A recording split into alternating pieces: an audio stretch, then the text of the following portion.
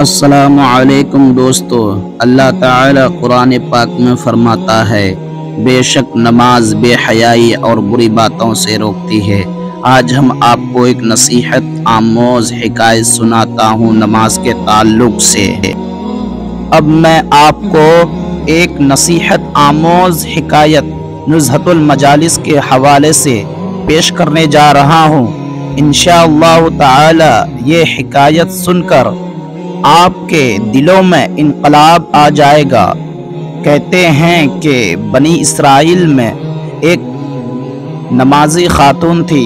بدقسمتی سے اس کا شوہر بڑا ظالم تھا اور وہ اپنے بیوی کو نماز سے روکتا رہتا تھا اور نماز پڑھنے پر مار پیٹ بھی کرتا رہتا تھا، لیکن اس کے باوجود بھی وہ خاتون ایک بھی نماز نہ چھوڑتی۔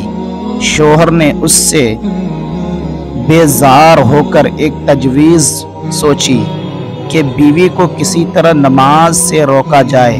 اس نے کچھ مال اپنی بیوی کو دے کر کہا، اس کو گھر میں محفوظ جگہ پر رکھ دو، جب مانگوں گا تب دے دینا۔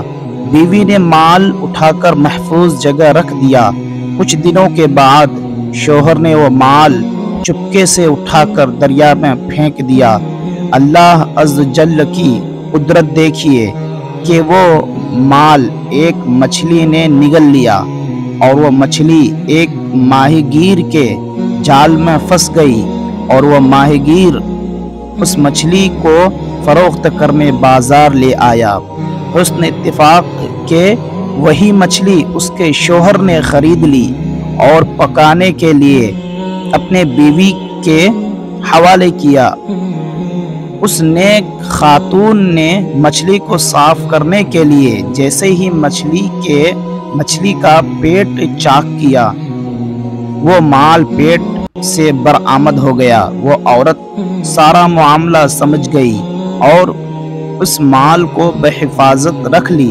شوہر نے اپنی تجویز کے مطابق اپنی بیوی سے مال طلب کیا۔ بیوی نے وہ مال نکال کر شوہر کے حوالے کر دیا۔ مال کے ملنے پر شوہر بڑا حیران ہوا کہ مال تو میں نے دریا میں پھینک دیا تھا، یہاں واپس کیسے آ گیا؟ ظالم شوہر نے سوچا اس میں ضرور عورت کی کوئی چالاکی ہے۔ اس نے اس واقعہ سے درس عبرت حاصل کرنے کے بجائے اپنی بیوی کو تنور میں ڈال دیا کہ جل جائے اور مر جائے۔ تنور میں گرتے ہی اس نمازی خاتون نے اللہ کی بارگاہ میں التجا کی، اے اللہ، میں ہمیشہ نماز پڑھتی ہوں، آج نماز کے صدقے میری لاج رکھ لے۔ اللہ تعالی نے اس خاتون کی دعا قبول فرما لی اور حکم خدا سے تنور کی آگ فوراً ٹھنڈی ہو گئی اور نمازی خاتون نماز کی برکت سے زندہ بچ گئی۔ سبحان اللہ، یہ ہے نماز کی برکت۔